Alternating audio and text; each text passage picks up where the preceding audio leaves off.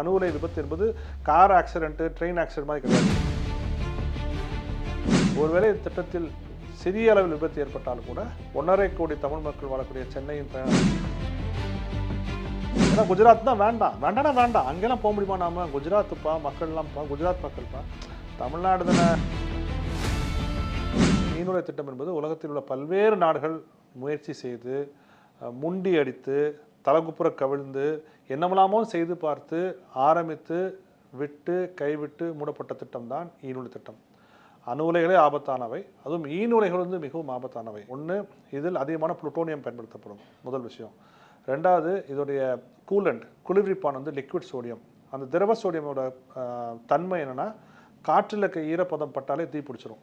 இதுக்கு நல்ல உதாரணம் வந்து ஜப்பானில் உள்ள மாஞ்சு என்கிற ஒரு இடத்தில் இதை போன்று நிறுவப்பட்ட ஒரு ஈநுலை மாஞ்சு ஃபயர் ஆக்சிடென்ட்டை நீங்கள் வந்து தேடி பார்க்கலாம். அந்த இடத்தில் அந்த கசிந்து அந்த திரவ சோடியம் கசிந்ததால் ஏற்பட்ட தீ விபத்தில் மிகப்பெரிய தீ விபத்து ஏற்பட்டு அதை வந்து சர்வதேச அணுசக்தி முகாம் வந்து ஒரு இன்சிடெண்ட்டாகவே வந்து ரெக்கார்ட் பண்ணியிருக்காங்க. அதன் பிறகு அந்த எவ்வளோ முயற்சியும் வந்து ஆரம்பிக்க முடியாமல் போய்விட்டது, கைவிட்டு விட்டார்கள். அப்போ இப்படிப்பட்ட ஒரு அபாயகரமான திட்டத்தை நிச்சயமாக தமிழ்நாட்டில் செயல்படுத்த முடியும் என்பது ஏற்றுக்கொள்ள முடியாத ஒரு விஷயமாக தான் நாம் பார்க்க முடியும். ஒருவேளை திட்டத்தில் சிறிய அளவில் விபத்து ஏற்பட்டாலும் கூட அந்த அணு உலை ஈநுலை மிக அருகாமையில் 1.5 கோடி தமிழ் மக்கள் வாழக்கூடிய சென்னையின் தலைநகரம் வந்து உள்ளது.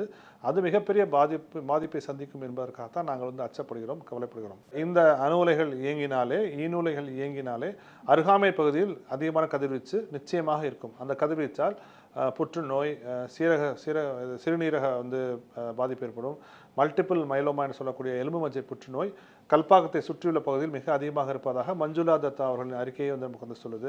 இந்த மல்டிபிள் மைலோமா வந்து நேஷனல் ஆவரேஜோட 7 மடங்கு அதிகமாக இருப்பதாக அந்த மஞ்சுளா தத்தாவோட அறிக்கை வந்து நமக்கு வந்து சொல்லுது. இது வந்து வெறும் புற்றுநோய் மட்டுமல்ல, உங்களுக்கு வந்து கிட்னி ஃபெயிலியர் ஆகும், லங்ஸை வந்து கம்ப்ளீட்டாக இது பண்ணணும், உங்களுடைய என்டையர் உங்களுடைய உடல்நிலை சார்ந்த பல்வேறு விஷயங்கள் வந்து ஏற்படுத்தும். இது அணு உலை இருந்தாலே. இப்போ ஈநுலை வர்றப்ப புளுட்டோனியம் போன்ற பொருட்கள் அதிகமாக பயன்படுத்தப்படும்.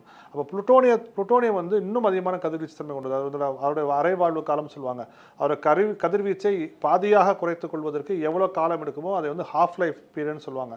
அது புளுட்டோனியத்திற்கு மிக மிக அதிகமான ஹாஃப் லைஃப். அப்போ அத்தனை ஆண்டுகள் கதிர்வீச்சு கொண்ட தன்மை ஒரு பொருளாக வந்து ஒரு கனிமமாக அந்த புளுட்டோனியம் வந்து இருக்கும். ஸோ அப்போ அதையும் பயன்படுத்தி இந்த ஈநுலையில் பயன்படுத்துவதால், மூன்றாவதாக இந்த திரவ சோடியம், லிக்விட் சோடியம். இந்த லிக்விட் சோடியம் வந்து ஏதோ ஒரு வகையில் சின்னதாக ஒரு டாட் லீக் ஆனால் கூட தீ விபத்து வந்து ஏற்பட்டுரும்.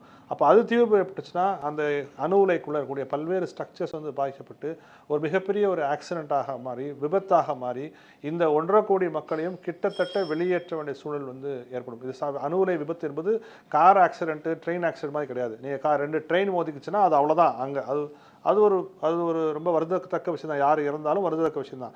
ஆனால் எங்கேயோ ஒரு ட்ரெயின் விபத்து நடந்து சுற்று வட்டாரத்தில் 30-40 கிலோமீட்டருக்கு அடுத்த 50 வருஷத்துக்கு யாருமே உள்ளே போக முடியாத மாதிரி வந்து கேள்விப்பட்டிருக்குமா? கிடையாது. ஆனால் இன்றைக்கும் செர்னோபில் பகுதியில் யாரும் உள்ளே நுழைய முடியாதபடி கடந்த 30-40 ஆண்டுகளாக 1980களிலிருந்து இப்போ வரைக்கும் விபத்துக்கு பிறகு யாரும் உள்ளே செல்ல முடியாத பகுதியாக செர்னோபில் இருக்கிறது. பல லட்சக்கணக்கான சதுர கிலோமீட்டர் பரப்பளவு.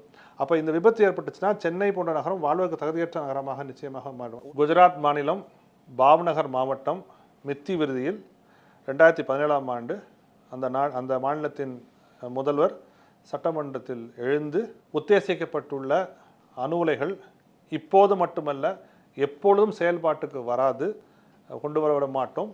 ஃபுகுஷிமா விபத்திற்கு பிறகு மக்கள் தங்களுடைய வாழ்வாதாரம் பாதிக்கப்படும் என்கிற அச்சம் நிலவுவதால் இந்த அறிவிப்பை குஜராத் மாநில அரசு செய்கிறது என்று சொன்னது பாஜக கட்சியின் அன்றைய அம்மாநிலத்தின் முதலமைச்சர் விஜய் ரூபானி. அந்த திட்டம் கைவிடப்பட்டுச்சு. ஆனால் தமிழ்நாட்டை அவர்கள் அணுக்கழிவின் குப்பை தொட்டியாக தான் ஒன்றிய பாஜக அரசு பார்க்கிறது என்பதற்கு இதைவிட ஒரு நல்ல சிறந்த உதாரணம். ஏன்னா குஜராத் தான் வேண்டாம் அங்கெல்லாம் போக முடியுமா? நாம குஜராத்துப்பா மக்கள்லாம்ப்பா, குஜராத் மக்கள்ப்பா, தமிழ்நாடு தானே, இவங்களை வச்சு நல்லா செய்யலாம், சோதனைகளாக பயன்படுத்தலாம் அப்படின்னு நினைக்கக்கூடிய ஒரு தன்மை பாஜகவுக்கு இருக்கிறது. அந்த தன்மையில் தான் இந்த ஈநுலைகளை இங்கே நிறுவி இன்றைக்கு பிரதமர் அவர்கள் வந்து அந்த ஃபியூயல் லோடிங் வந்து பார்த்துட்டு வந்து போயிருக்காரு. நிச்சயமாக தமிழ்நாட்டை அணுக்கழிவின் குப்பை தொட்டியாக பார்க்கின்றது என்பதை இதைவிட ஒரு சிறந்த உதாரணத்தோடு உங்களால் சொல்ல முடியாது. ஒன்றிய அரசு நிச்சயமாக சென்னையை குறிப்பிட்டு தமிழ்நாட்டை குறிப்பிட்டு வரக்கூடிய விஷயம், இவங்க எப்படி நமக்கு ஓட்டு போட போகிறதில்லை, ஓட்டு போடுறது இல்லை, அவங்க என்ன ஆனால் நமக்கு என்ன கவலை. ஏன்னா நான் ஏற்கனவே சொன்ன மாதிரி குஜராத்தில் வந்து ஒரு அணு உலை வேண்டாம்னு சொல்லி கை விட்டுறாங்க. ஆனால் அங்கே ஈநூலை, அணுலையோட ஆபத்தானது ஈநூலை கொண்டு வந்து தமிழ்நாட்டிலேருந்து வைக்கிறாங்க. அப்போ நீங்கள் வந்து ஒரு கொள்கை முடிவு, இந்தியாவில் அணுசக்தி வேணுங்கிற ஒரு கொள்கை முடிவு நீங்கள் எடுத்தீங்கன்னா குஜராத்துக்கு அதான் இருக்கணும், தமிழ்நாட்டுக்கு அதான் வந்துடணும். நீங்கள் குஜராத்துக்கு வேண்டாம் தமிழ்நாட்டுக்கு வேணும் அப்படின்னா உங்களுக்கு உள்நோக்கம் இருக்குன்னு தான் நம்ம வந்து நிச்சயமாக பார்க்க முடியும். அப்போ இந்த மாதிரியான திட்டங்களை நிச்சயமாக ஒன்றிய செயல்படுத்துவதற்கு தமிழ்நாட்டை ஒரு பேரிடர் சூழ் மாநிலமாக, சென்னையை ஒரு பேரிடர் சூழ் நகரமாக உலக கண்களில் காட்டி இங்கே வரக்கூடிய முதலீடுகள், இங்கே வரக்கூடிய வேலைவாய்ப்புகளை தடுப்பது நிச்சயமாக அதுக்கு ஒரு நோக்கம் இருக்கிறது என்பதை நம்மால் திட்டவட்டமாக சொல்ல முடியும். புளுட்டோனியம் அணுகுண்டுகள் மிக மிக ஆபத்தை விளைவிக்கக்கூடியவை. அந்த புளுட்டோனியம் அணுகுண்டுகள் செய்வதற்காக புளுட்டோனியம் நிறைய தேவைப்படுது இந்தியாவுக்கு.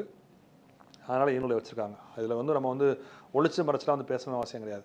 அந்த நெல்லுக்கு பாயும்போது புல்லுக்கு பாயிற மாதிரி கொஞ்சம் மின்சாரமும் கிடைக்கும், அவ்வளோதான். நீங்கள் வந்து புளுட்டோனியம் தயாரிப்பு ஆலை நீங்கள் போட்டிங்கன்னா மக்கள் விழமாட்டாங்க இல்லையா? அதெல்லாம் வந்து ஈநூலையிலேருந்து மின்சாரம் வரும்னு பொய்ய சொல்லி அந்த ஈநூலேருந்து மின்சாரத்தை வந்து தயாரித்து கொஞ்சம் கொடுத்துட்டு புளுட்டோனியத்தை வைத்து அணுகுண்டுகள் செய்வது தான் இந்த திட்டத்தோட முக்கியமான நோக்கம். அதில் கல்பாக்கத்தை வந்து இராணுவ பயன்பாட்டு கீழே கொண்டு வந்துட்டோம். ஸோ இந்த என்ன பண்ணாலும் சர்வதேச அணுசக்தி முகாம் கேள்வி கேட்க முடியாது. ஏப்பா அந்த புளுட்டோனியம் வந்துச்சா, எவ்வளோ வந்துச்சு, அதை குண்டு செஞ்சுருக்கியா, குண்டு செய்யலையா, எங்கே வச்சுருக்க, எதுவும் கேட்க முடியாது.